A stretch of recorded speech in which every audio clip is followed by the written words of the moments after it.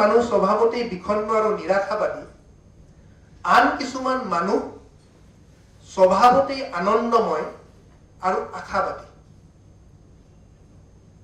আনন্দত থাকিব খোজে আৰু আশাবাদী, যে হোপ কৰি থাকে যে এইটো ভাল হ'ব ভাল হ'ব।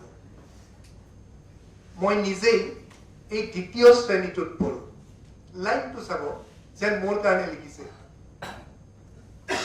কিছুমান মানুহ স্বভাৱতেই বিষণ্ণ আৰু নিৰাশাবাদী, আন কিছুমান মানুহ স্বভাৱতেই আনন্দময় আৰু আশাবাদী। মই নিজেই এই দ্বিতীয় শ্ৰেণীটোত পঢ়ো।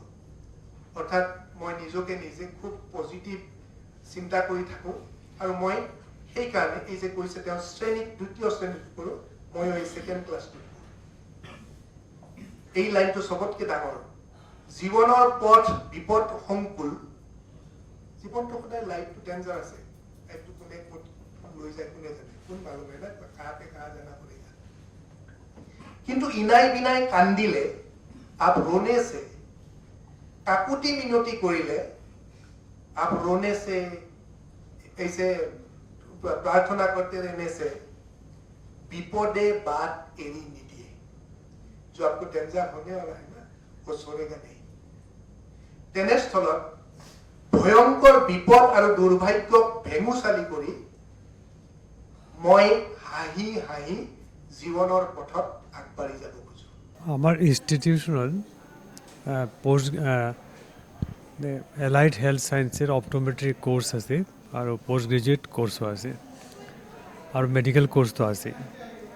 আমি প্রতি মাহতে এটা অনুষ্ঠান করো। এই অনুষ্ঠান হল ফস্টার এ পজিটিভ অ্যাটিটিউড। তাতে আমি এজন মোটিভেশনাল লেকচারার ইনভাইট করো, যি মোটিভেশন লেকচাৰৰ পৰা আমি বহুত কথা জানিবলৈ পাওঁ। তেওঁলোকৰ জীৱন দৰ্শন আমি জানো, তেওঁলোকৰ কেনেকৈ জীৱনটো নিৰ্বাহ কৰি আছে আৰু কেনেকৈ এই সমাজক এটা পজিটিভ এনভাইৰনমেণ্ট ক্ৰিয়েট কৰি আছে, সমাজক দি আছে। তেওঁলোকৰ ভেলু অফ লাইফটো কি, আৰু তেওঁলোকৰ জীৱনৰ কাহিনীৰ পৰা, তেওঁলোকৰ কণ্ট্ৰিবিউশ্যনৰ পৰা আমি আমাৰ ষ্টুডেণ্টক মোটিভেশ্যন কৰাৰ কাৰণে আমি চেষ্টা কৰোঁ। কাৰণ এইসকল ব্যক্তিৰ অৱদানৰ ফলতেই আমাৰ সমাজখন টিকি আছে।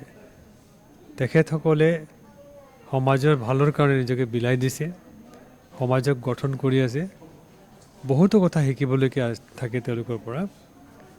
আমাৰ জীৱনৰ আদৰ্শ গঢ়াৰ কাৰণে এনেকুৱা কিছুমান মানুহ, কিছুমান ব্যক্তি আমি পৰিচয় কৰাই দিওঁ। আমাৰ ইয়াতে বিভিন্ন জাগাৰ পৰা ল'ৰা ছোৱালীবিলাক আহে। তেওঁলোকৰ যেতিয়া জীৱনটো গঠন কৰি আছে, এই গঠন সময়ত এই দৃষ্টান্তমূলক ঘটনাবিলাক যেতিয়া দেখে, দৃষ্টান্তমূলক যিসকল ব্যক্তি সমাজক দৃষ্টান্ত স্থাপন কৰিছে তেখেতসকলক দেখে, তেতিয়া তেওঁলোকে এটা পজিটিভ এটিটিউড আহে। আৰু আমি ভাবোঁ ইয়াৰ ফলত আমাৰ যিসকল ষ্টুডেণ্ট, তেওঁলোকৰ মাজত তিনিটা কোৱালিটি হয়তো জন্ম ল'ব পাৰে, লয় বহুতৰ।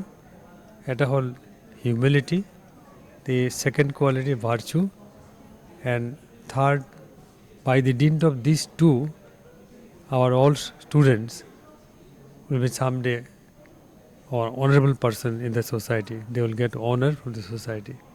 With this I conclude. Thank you.